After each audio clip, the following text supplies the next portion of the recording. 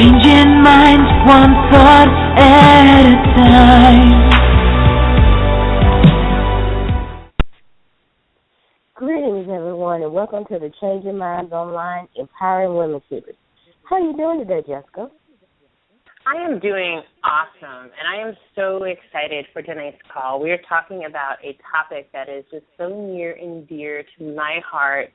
As many of you know, living a healthy lifestyle, something which is very, very important to me. To me, it is the only way to really choose yourself, to choose the people you love, to choose God, and to show up in this world as the best version of yourself. And I'm so excited to be able to really tonight give our listeners some tips and tricks on how to live a really healthy life. Wonderful, wonderful. Well, today we will be discussing a new you for the new year with lifestyle and weight management coach Linda J. Watkins. How are you doing today, Linda?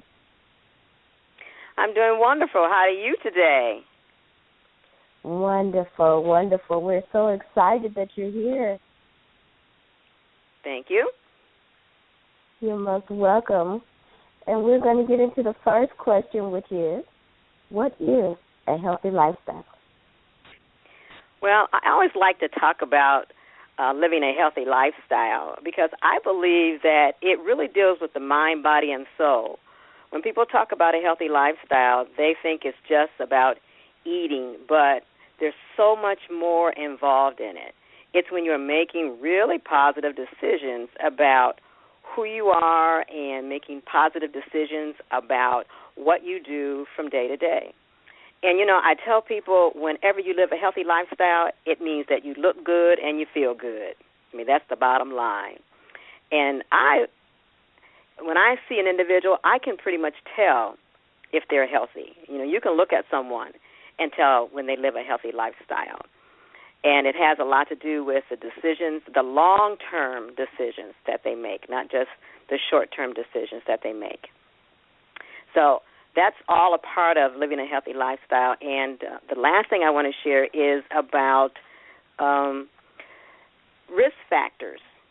When you're healthy, it decreases the chances of an individual having heart disease and diabetes and so many cancerous diseases.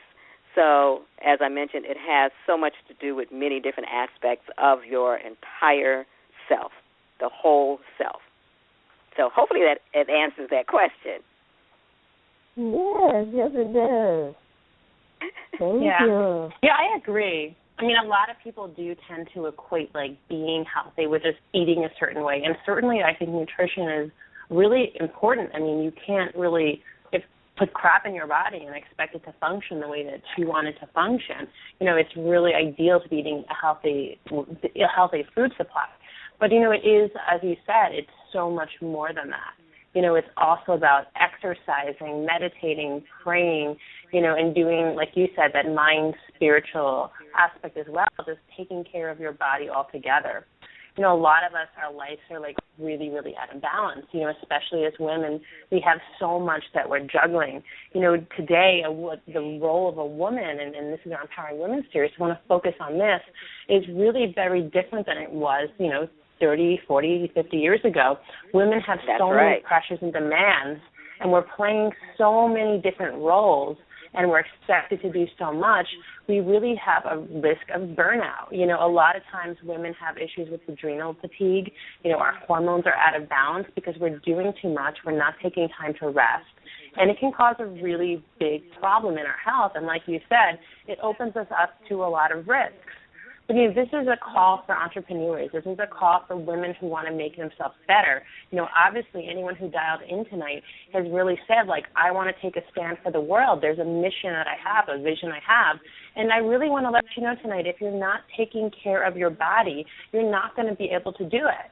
And you can think, okay, well, you know what, my priority is to do this, to help my business, to help my kids, and I want to go and I want to work in every last moment. But you also need to be taking care of yourself. And it's, often said, you're not good to anyone else, and you're no good for anyone else if you're not actually taking care of your body. So, that's an excellent point because women have to think of themselves first. And I tell ladies many times, I said, it's not about being selfish. It's about knowing that if you're not healthy, there's not much that you can do for the rest of the family. You know, you can't take care of your children. You can't work full-time or work in the household. You can't do all the necessary things if you don't feel well yourself. So you're right. It is so important that you take care of yourself first. Yeah, absolutely. It's like, you know, in the airplane they tell you make sure you put on your oxygen mask before you reach over and help your kids. And as, you know, our reaction's always going to be to take care of somebody else, but you can't take care of someone else if you're not able, like you said, able to take care of yourself. Like if you're on a plane and you can't breathe, you can't finish putting your kid's mask on. So, and it's really the same thing in our everyday life. You know, if you love someone, if there's something that you stand for, you have an obligation to actually, like, first stand for your health. And a lot of people, like, may not want to hear it, but you absolutely cannot be the best version of yourself in this world if you're not living a healthy lifestyle. If you're sleeping 2, 3, 4 hours a night, you know, if you're eating garbage, processed foods, you're eating all this stuff that's just cheap and easily accessible, and if you're doing that, if you're not exercising, you know, I people tell me all the time, it's like, oh, well, I really don't want to sweat. I don't mind. I know you have a book about, you know, real women sweat, you know, but it's like I am a runner, and people say, oh, you know, I can't actually get dirty. I can't get sweat on me. And let me tell you something. If you're not sweating, you're not healthy. You know, you're deluding yourself into thinking that if you eat healthy foods and you're not out of, you know, maybe you're not overweight, but you're not actually walking or doing anything for physical activity, you know, you're not healthy. And you're not going to be able to be the best mother, daughter, sister, friend, entrepreneur on the planet if you are not taking care of your body. So what is, like, a healthy lifestyle? Now, we talked about, like, defining it. But let's give our listeners some practical tips. And I know all three of us are really passionate about being really healthy. So, you know, Linda, what are some practical tips and strategies that you can give our listeners for achieving a healthy lifestyle? Well, I think some of the practical things are, that's just what they are. They're practical, and I start off with the nutrition aspect of it. And you started talking about it, covering the fact that you don't want to put garbage into your body. You have to eat healthy, nutritious foods. You have to eat foods that are going to fuel your body and that are going to give you strength and are going to build your muscles and build the body cells. That's something that you must do. And you can get those foods from your grocery store. And some people say, well, you know, it's just too expensive to eat healthy. And I tell them, no, it really isn't expensive to eat healthy. When you go to the grocery store, you look at, first of all, the perimeter of the grocery store. And you just stay on the outside of the perimeter, and you'll find that you have your fruits and your vegetables, and that's what you normally get to first. And then you get to the grains, and then you get into the meats, and then you come around to the dairy products and so on. And if you do that and just stay in that area, sometimes that cuts down on the cost of the foods that you'll be, or I should say the amount of foods that you'll be buying and the cost of the total bill, because you've stuck to just the necessities by staying on the outside of the perimeter. And the other thing I tell people is if you buy the healthy foods at the store and don't buy the fast foods and go to the restaurant and eat those and buy those unhealthy foods, then you won't be spending the additional money. So the money that you spend is just on the nutritional foods that you need. So you have to start with that. And then you have to plan ahead, determine what you're going to eat, create menus, and make them weekly menus. And if you have a family at home, teach your family how to create menus and then how to go out and shop so that they're buying healthy foods. And so you started creating a healthy community within your own home. I believe in taking vitamins. You know, some people don't believe in supplements, but I am such a proponent of supplements because I know that there's so many things that we cannot get from our foods, but you have to get, and you need it. They're essential vitamins, so you have to get them from somewhere. So I believe in taking they're natural vitamins, because I want to make sure I'm clear. They're not store-bought vitamins. They are natural vitamins that I usually order, and you can either get them at the health food store, or if you have a reputable company that you trust, order them like I do. So the nutritional part of it. And then you also touched on it about moving. You have to exercise. You have to build up your stamina with aerobic-type exercises, and you need to tone your body. So you may have to do free weight-type exercises, or I don't want to say bodybuilding exercises, but something that will help you to strengthen your muscles. And that needs to be done on a ongoing basis. I tell people that you don't have to spend a lot of money to exercise. You can just get out and walk. You can challenge yourself and decide to run a 5K run or a marathon or something that will get you going, get you energized, and get you committed to moving each day. If you want to be out... Yeah, as a runner myself, and I am a runner myself, they say, it's always more likely that you're going to achieve a goal if you have something in mind. So, if you are a person who says, okay, you know what, maybe I want to run, I kind of want to start exercising, maybe I want to go for a walk, and it seems like really unattainable. Like, you might be able to do it for a couple of days, but it might be really hard to, keep that habit, because maybe you have to get up a half hour early, to be able to get it in, or maybe because if you're living like I do in the Northeast and it's cold out, maybe you're going to have to go to the gym and it's not as fun, it's not as exciting, or it's boring to get on a treadmill and you think you're going to get out of the habit. Well, sign up for a race in the spring, because you're far more likely to continue to keep going and actually continue on your goal. I'm a marathon runner. The first thing I do when I finish a marathon is sign up for my next marathon. And many of you know I have actually made a declaration that I'm going to be doing 30 marathons on my 30th birthday. So I have 28 marathons to go, and I have 16 months or 15 months now to do it. So I am already registered for a ton of marathons, but it really motivates you. There's days when I wake up and I'm like, oh my goodness, it's cold, and my bed feels so wonderful, and I remind myself, okay, I set up that alarm for a reason. I have a marathon to run in 30 days, so I need to get motivated. And, before we get off the topic of food, though, too much and into exercise, one of the things that I think you brought up a really great point is that it costs, a lot more money to be buying processed foods. And while we're on the topic of processed foods, one of the things that a lot of people do is assume that the food that we're eating is safe to eat. And, I get it, right, because we live in the United States, and it's a wonderful country, and we have a lot of freedom here. But the problem is that there's a lot of things in our food that are not actually safe for us to be consuming. And it's something that not a lot of people are aware of. And they're putting things into their body that their bodies were not designed to actually have, and our bodies don't know how to respond to them. Even, for example, I was in the store the other day, and I was just absolutely appalled. Parabens are something that were typically found in cosmetics in the United States. They're not allowed in most other countries in the world. They're not allowed in the UK. They're not allowed in countries that even the United States considers third world or developing, because they're proven to be unsafe. They're proven to be fat-soluble. They enter the breast tissue of women especially. They've been linked to a possible cause of breast cancer. And they've done now studies where they've actually done biopsies of women's breast tissue, and they're finding these parabens from our cosmetics into in women, in our fat cells. And this is something that's a very big problem.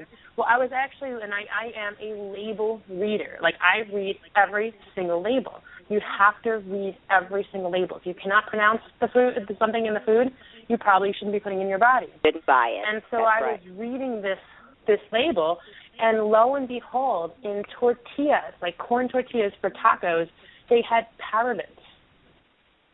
These are something that are banned from cosmetics. I actually looked it up because I said, how can it be possible that we know this stuff that causes cancer? We know. That's why if you see BPA-free, on plastic bottles, we know that these things are causing cancer. Excuse me. And now we're putting them in food. So it's almost like rather than the more information we get, for some reason we seem to be digressing culturally as to what we're putting in food. And, a lot of it is this desire to mass produce food at the cheapest cheapest we can, because we want to keep the cost down, because we know the economy, the situation with the economy.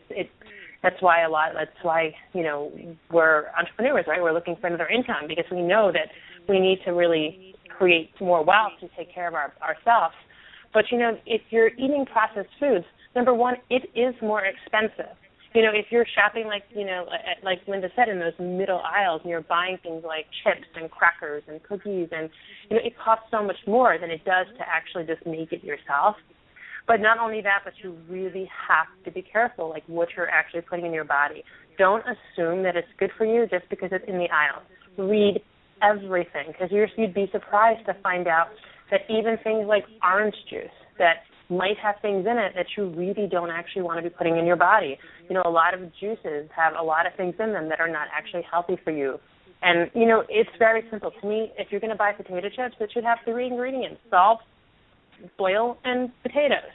If you say 40, 50 ingredients, right, it's too much. And that's something, I'm very, very passionate about. Look for GMO-free food if you can. I know it varies depending upon where you are. In New York, where I am, a lot of food now is being labeled as whether or not it contains GMOs, which stand for genetically modified organisms. That's something we know are probably not healthy, but for some reason the government's allowing it anyway. Whole Foods actually did come out and say that they're not going to be selling any foods that aren't labeled, which is fantastic, because it's really giving now consumers this power, like to have a choice of, do you want to be eating these things? But this, I cannot reiterate enough. When you're going to the food stores, especially if you're on a budget, especially if you want to really be healthy, look at the labels and know what you're eating. Don't be eating parabens, which are, not safe. There's a lot of chicken. The fillers that are in chicken, you can go to think you're buying chicken breast. If you buy that pre-cooked, chicken breast, if you look inside of it, it actually has fillers that are the same things that are made of sneakers and yoga mats. Like, talk about exercise. I'm looking at my wall right now, and I have my yoga mat because I'm going to do meditations after this call's over. I'm looking at my running sneakers because I'm going to run tomorrow morning. They're already set out there. Yeah, I wouldn't eat them. I use them for exercise. I wouldn't eat them. If you open my refrigerator, there's not going to be chicken with rubber, essentially, in it.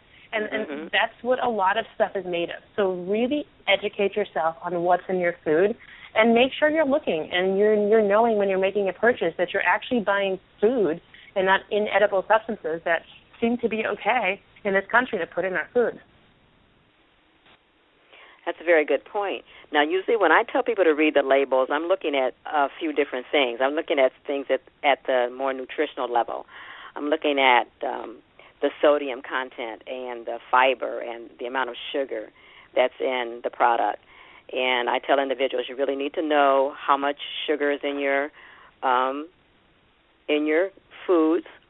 If it says that it's, say, 10 grams of sugar, how many servings is it? If it's 4 servings and you eat the whole bag, then you've ate 40 grams of sugar. And those are kinds of things that people don't think of. If it has sodium in it and it says for 1 serving you have 500 milligrams of sodium, but there's 4 servings in there. And so they're eating 2,000 milligrams of sodium when we only are supposed to have, according to the USDA, we're only supposed to have 24 milligrams of sodium, which is still too high, as far as we're concerned. I'm sure as far as you're concerned. But the important thing is that when you look at these labels, you know exactly what you're getting. How much fat are you eating when you're eating it? Are you getting any protein? And those are the things that we have to be aware of. And when it comes to the calories, we're trying to eat low calories when we're trying to stay healthy. You don't want to eat 1,000 and 2,000 calories in a sitting, so you want low calories. So when you're eating something and it says it's 200 calories and you're eating, once again, 4 servings, you're eating 800 calories. So we have to really be conscious of what these labels are saying and exactly what they mean when it comes to the amount of sodium and cholesterol and fat and sugar and the calorie count. So that's just the basics of the nutritional aspect of it. So hopefully that helps.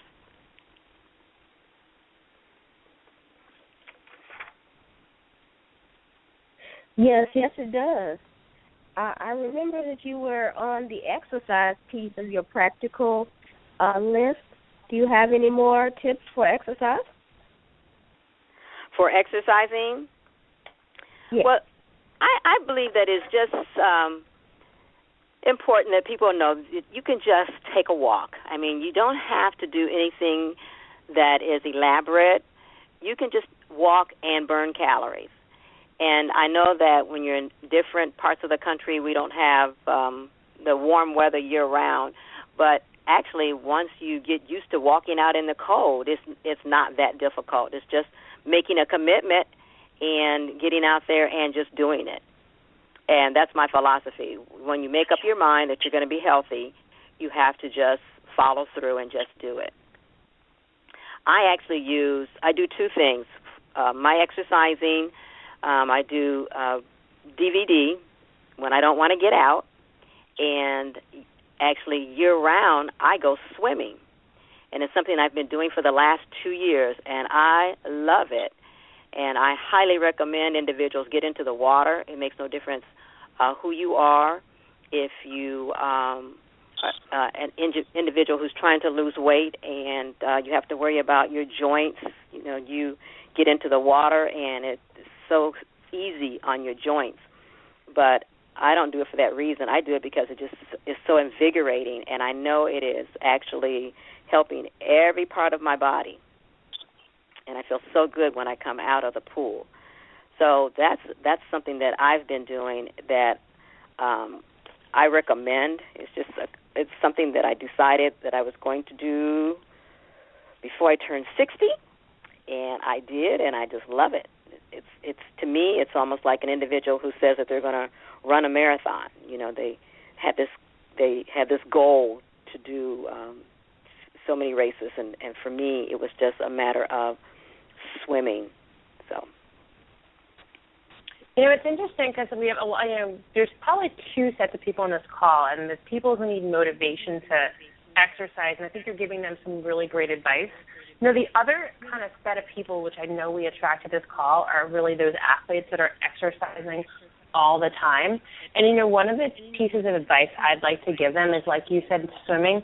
Swimming is really great. As a runner and as someone who does do a tremendous amount of exercise, you do have to be very careful that you actually are cross-training and you're resting. So, I am guilty of this myself, of really just overdoing it. A lot of people who are really athletic will do a ton of training a day. We'll do 4 or 6 hours of training a day, nonstop, constant running. I have a lot of friends that are runners, and I myself, in my first year running, I had several injuries that were all from overuse and all from the fact that I wasn't cross-training. So like, Linda said, if you, especially if, you're someone who's saying, hey, I want to run my first marathon, don't think that you can just get up and run constantly. If you're not actually strengthening those complementary muscles, then you actually could get injured, and that's what happened with me, is I didn't strengthen the muscles that were complementary to running, and I wound up with a stress fracture. So, swimming is a phenomenal way to do that. Yoga is wonderful. It's a great thing for anyone, who wants to start exercising. And make sure you're really taking those rest days as well. The rest days are super important. So if you are an athlete 7 days a week and you're one of those gym rats that you're at the gym 7 days a week, it's not good for your body either. You're going to wind up with adrenal fatigue, your hormones will be out of balance, and eventually you will wind up being injured. So, Linda, I know we kind of touched on this already, but, for you, why is it so important that women choose to be healthy? I believe that women are the backbone of our society, and I think that when women make up their minds that they're going to be healthy and they're committed to it, then they automatically bring their family into it. And when you have a healthy family, you end up with a healthy community. The women, because they are, in many cases, the head of the household, they make the decisions on the foods that will be bought. They make the decisions on what's going to be prepared. They're the ones that decide, in many cases, whether or not they're going to be eating fast food every day. So it's important to get the women on board. And when we train the women how to eat properly and how to shop properly, then they will be able to teach their families and continue that, hopefully, throughout the generations. The other thing I think is women are just the leaders, and they can make a difference in society overall. When you believe in something, you can make it known to society. Whenever, and this is what I'm thinking about. I'm thinking about when society dictates how we should look and how we should eat, and the foods, what the foods are made of, and where the foods come from. And if women stand up and say they don't agree with it, that we need to make these changes, then I think that's when it happens. I think we have to step forward and say, I don't agree with this. I don't like the way this is happening. I don't like the ingredients that's in our foods, and we are the change agents. We make sure that those things get corrected.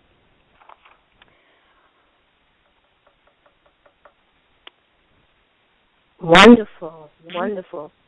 We're close to the end of the call, so as we bring it to a close, what advice would you have to give to our audience about weight loss and body image? Okay, let me talk about the basics, which is my tip on ways to lose weight.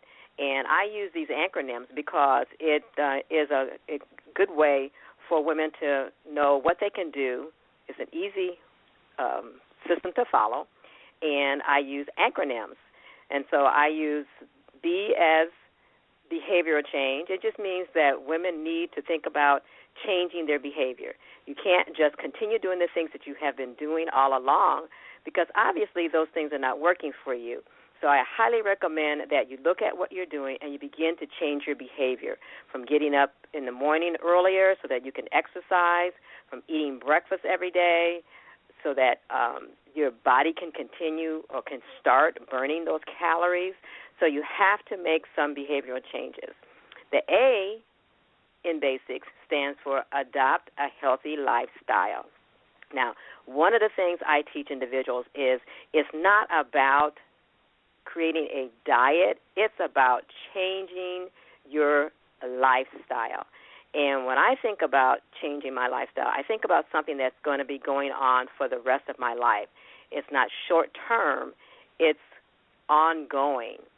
And it's important that you create that healthy lifestyle so that not only will you be living that healthy lifestyle, but you'll teach your family how to live the healthy lifestyle, and ultimately you'll create a healthy community. The S stands for simplify your plan. You have to keep it simple. You can't create something that you won't be able to stick to. You can't create something that's going to be so hard that you'll do it like a New Year's resolution, and then within 30 days you've fallen off the wagon. So whatever you do, make sure that it is simple and easy for you to follow.